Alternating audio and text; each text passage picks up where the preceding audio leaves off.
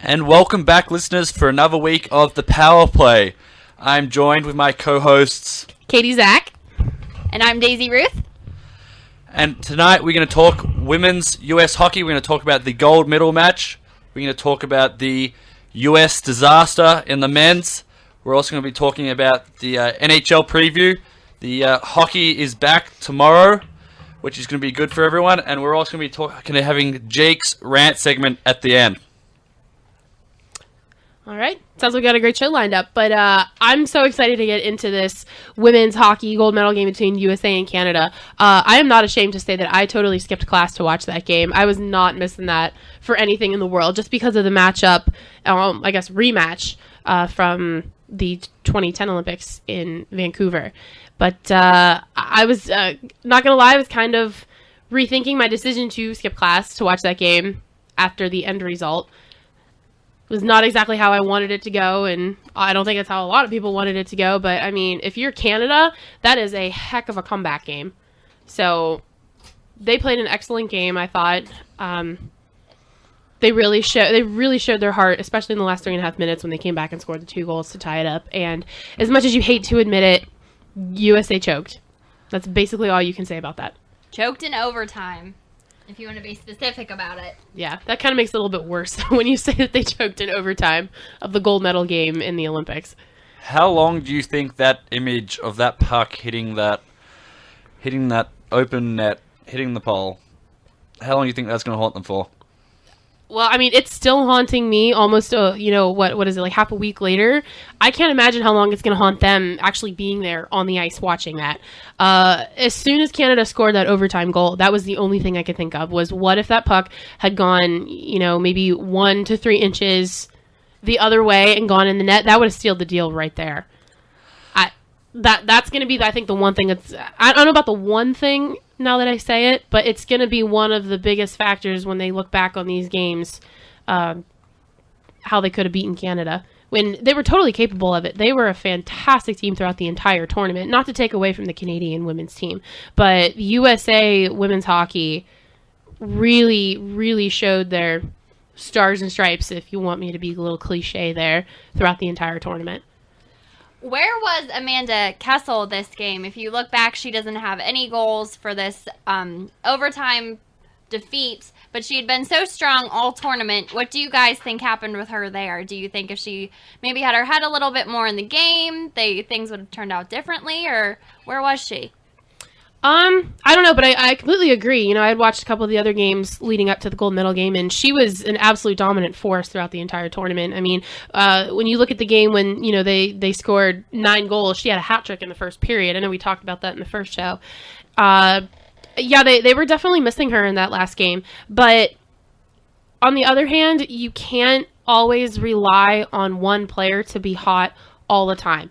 It's great when you do have a player that can be hot for a couple games and, be consistently hot, but it's normal and it's natural to have a couple games where you're going to be off, and it's really sad that game had to be one of the games when Amanda Kessel was not as hot as she was throughout the rest of the tournament. And we should talk about how good that game was. I know it's a heartbreaker for the US, but one of the things that we weren't worried about with the Canada playing the US in the final, but through all the games in the tournament being blowouts or overrated or over pretty much after the first period, it was a good game. And even when the US was up 2-0 with a couple of minutes to go in the third period, you knew that Canada had the belief. They looked determined and they didn't give up. And as soon as they scored that first goal, I feel like every person watching that game from a US perspective almost sat back in their chair and took that excitement which they had sort of so close to winning a gold medal and just really looked at the game and followed it closely, because you knew Canada, when they were 1 goal down, was going to throw the kitchen sink at that game, and they scored that tying goal, and they proved in overtime that you could never count them up. Similarly, they played well against the US in that first game when they beat them. And the one thing which the Canadians did throughout the tournament, I know they didn't fall behind that often, but against the US, they looked like even when they were down, they would never give up. They looked like they were up when they were down. I agree. I know, I totally agree. I mean, I'm trying to think of the best way to say this, I mean, obviously because I'm all for USA, but for me, it wasn't the first goal when Canada scored to cut the score in half when it was still 2-1. There was part of me that was like, oh, Canada's going to make a run for it. They're going to really try to push to come back. But at that point, I was still feeling USA was going to take the gold medal. When Canada came back and tied it up, that was kind of when I knew, all right, from the USA standpoint, I have a really bad gut feeling that Canada is going to come back and take this. Just because they did fight so hard, and we just talked about the almost empty net goal, and sometimes it's the situations like that when the puck bounces one way or the other, or it misses it by a couple inches, sometimes that just kind of contributes to the overall, it was fate. And Canada played their hearts out. USA played their hearts out. It's just a real shame that one team had to be defeated in such a devastating way. But, good job to Team Canada. They totally deserved it. They played for that gold medal, and they earned it. And one of the things which I feel like the US should be proud of is they put women's hockey back on the big map. As far as you heard more about the US women's team in the past couple of weeks. I know sort of the Olympics is the biggest competition which they have, but I feel like they're going to be stronger. They have a lot more followers. And I've heard more talk about having a women's league in the US or in Canada, like a big league, in the last couple of weeks than I have in years. And if they can get something going where sort of maybe the US can play Canada in, maybe not like a World Cup matches, but have like 3 games a year or a game every 2 years where you have an exhibition, the money goes to charity or something like that, where you just have have a game in Canada one year, have a game in the US the next, because that rivalry is great and these teams are always going to have good games together. No, I actually have to dispute that. It's been the talk lately, especially since the Olympics have been over, even though they've only been over for like a day now. But since the women's hockey tournament has been over, that people have been debating whether women's hockey should even continue to be an Olympic event because the United States and Canada are always so dominant. What do you guys think about that? Do you think it's ever not going to be an event? Is that going to be another thing that they take out because the event's been so dominated by 2 different teams?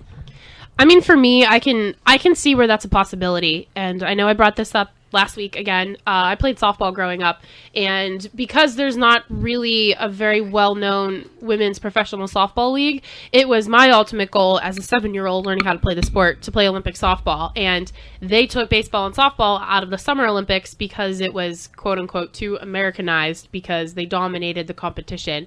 And when you look at hockey, I see a lot of parallels between softball and that as far as who's really coming in strong and almost kind of taking the stage on that sport.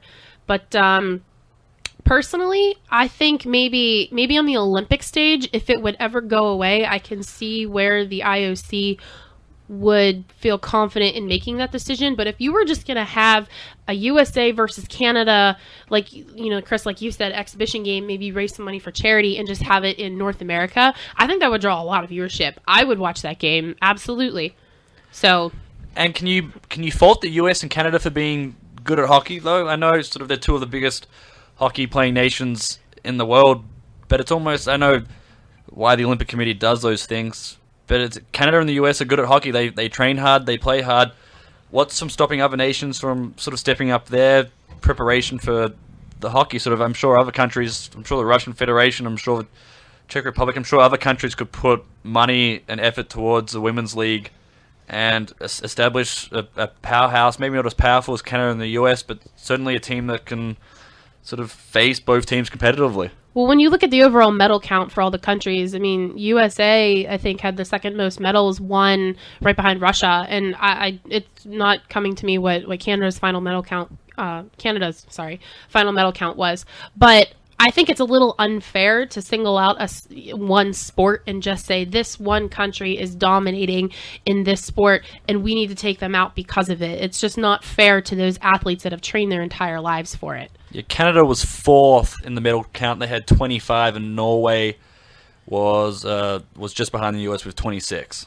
And you can even bring up the fact now, looking at the gold medal count, that the host country, Russia, had the most medals. I mean, I don't think, even though I have read all these things about taking women's hockey out of the Olympics, I don't think you can, like you were saying, Katie, fault a single sport, especially when you look at the medal count. And I'm sure a lot of people this week, especially with the Olympics just wrapping up, look at the medal count. And there's been the dispute with the Russian figure skater. There's always going to be talk about different things and host countries rigging events for their athletes, but I don't think that you can fault a single sport, even though that's what everyone's been a buzz about so far. Well, the Netherlands have won almost every single speed skating event in recent memory, and I know we're not going to get rid of that event because anything can happen, but countries dominate certain events, and it happens.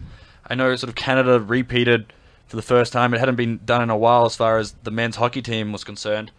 But countries are going to have periods where they're really good. Exactly. And that's why it's, in my opinion, it's completely unfair to single out one sport with those athletes and say, I mean, who goes to a bunch of athletes and says, you're too good, you're not allowed to compete? That blows my mind that anybody can have that kind of mindset.